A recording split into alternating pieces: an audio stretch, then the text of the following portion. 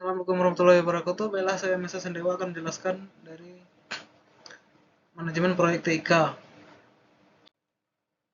Manajemen proyek dapat dipandang sebagai sembilan proses yang berkaitan, yaitu adalah grup proses manajemen proyek. Eh, yang nomor satu adalah inisiasi proyek, perencanaan proyek, eksekusi proyek, kontrol akhir proyek, dan penutupan akhir proyek. Grup proses dikenal sebagai grup good practice pada kebanyakan proyek. Kemudian GPMP ini dibagi atas dari pertama yaitu adalah inisiasi, yaitu pendefinisian kewenangan proyek, kemudian ada perencanaan, yaitu mendefinisikan dan merinci tujuan proyek dan merencanakan aktivitas-aktivitas yang dibutuhkan dalam rangka pencapaian tujuan proyek.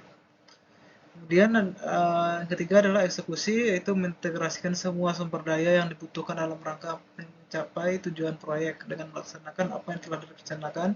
Kemudian selanjutnya adalah kontrol, yaitu mengukur secara berkala dan memonitor kemajuan proyek untuk mengidentifikasi adanya penyelewengan pelaksanaan dari rencana yang sudah dibuat sebelumnya sehingga dapat dilakukan tindakan korektif jika dibutuhkan.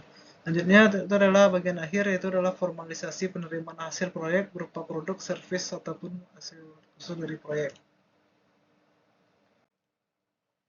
Adapun proyek ini dibagi atas kegiatan untuk menghasilkan proyek, kemudian kegiatan menjamin produk proyek sesuai kegiatan yang menjamin produk proyek selesai sesuai persyaratan yang ditetapkan terutama dalam hal cakupan waktu, biaya, dan mutu.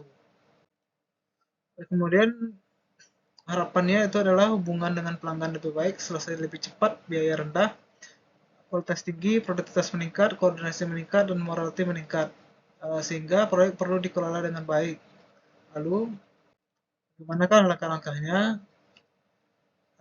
Langkah-langkahnya itu adalah kelompok proyek dalam manajemen proyek ini dibagi atas pertama itu adalah lahirnya proyek, mulainya proyek, perencanaan proyek, pelaksanaan proyek, pengawasan proyek, dan penutupan proyek.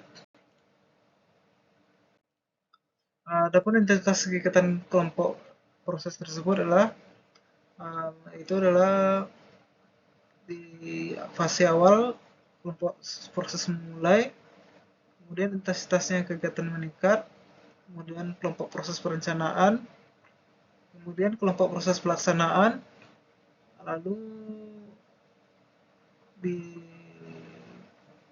sehingga seiringnya berjalan waktu itu dilaksanakan di kelompok proses pengawasan dan kelompok proses penutupan, yaitu di akhir fase. Manajer proyek dapat memandang proyek sebagai serangkaian fase-fase yang terkait untuk menghasilkan produk proyek.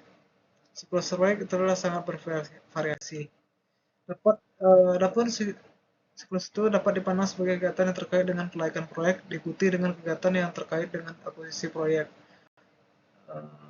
Proyek terima atau dilaksanakan, fokus pada hasil kerja, itu adalah konsep, pengembangan, implementasi, dan mengakhiri.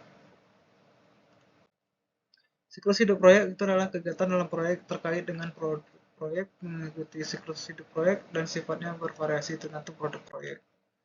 Contoh siklus hidup yang dikembangkan oleh ESI itu adalah model air terjun, memiliki tahapan linear, model spiral Bohem, memiliki tahapan iteratif, model bertumbuh, makin lama makin lengkap, model RAD, Rapid Application Development dengan 4 fase, yaitu perencanaan kebutuhan, desain oleh pengguna, konstruksi, pengalihan ke sistem cutover.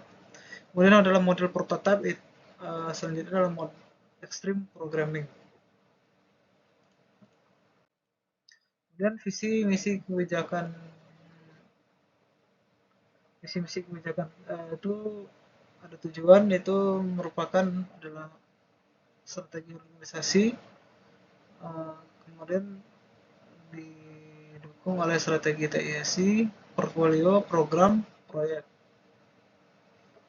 Strategi ini TISI mendukung strategi organisasi,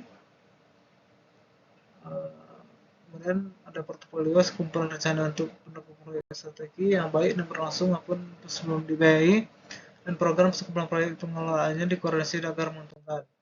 Lahirnya proyek internal itu ada dua pemicu. Pertama, proyek sudah ada dalam rencana, kemudian pada salah satu unit kerja ada kebutuhan untuk mengisi yang bersifat mendesak.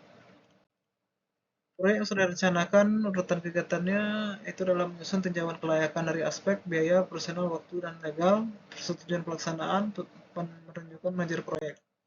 Proyek yang dipicu kemudian kebutuhan mendesak seperti urutan kegiatan. Yaitu satu pimpinan unit kerja menyatakan kebutuhan kepada manajer TISI, kemudian dua manajer TISI menunjukkan analisis sistem untuk melakukan diskusi dengan manajer unit, kemudian tiga manajer unit dibantu analisis sistem menyusun proposal yang menunjukkan kelayakan itu adalah biaya operasional waktu dan legal, empat adalah persetujuan pelaksanaan, lima penunjukan manajer proyek biasanya analisis sistem di atas. Kemudian prosedur umum melaksanakan dua tingkat untuk pengerjaan TISI adalah dilakukan pemberi pekerjaan dan dilakukan usul konsultan. Urutannya adalah sebagai berikut ini. Dokumen terkait pengadaan itu adalah KAK, RKS, dan HPS. Rangka acuan kerjanya itu adalah di antara lain satu latar belakang maksud dan dua maksud dan tujuan, kemudian tiga sasaran, empat nama organisasi, kemudian lima sumber pendanaan, enam lingkup lokasi kegiatan, data fasilitas penunjang, tujuh jangka waktu pelaksanaan, delapan tenaga ahli, sembilan keluaran, 10 laporan. Rencana dan kerja RKS itu adalah pertama umum adendum, kemudian tiga penyusunan penyampaian pembukaan dokumen penawaran, empat kriteria tata cara dokumen penawaran. Harga APS adalah disiapkan instansi pemerintah, yaitu merupakan dasar penilaian layak atau tidaknya biaya menggunakan patokan biaya.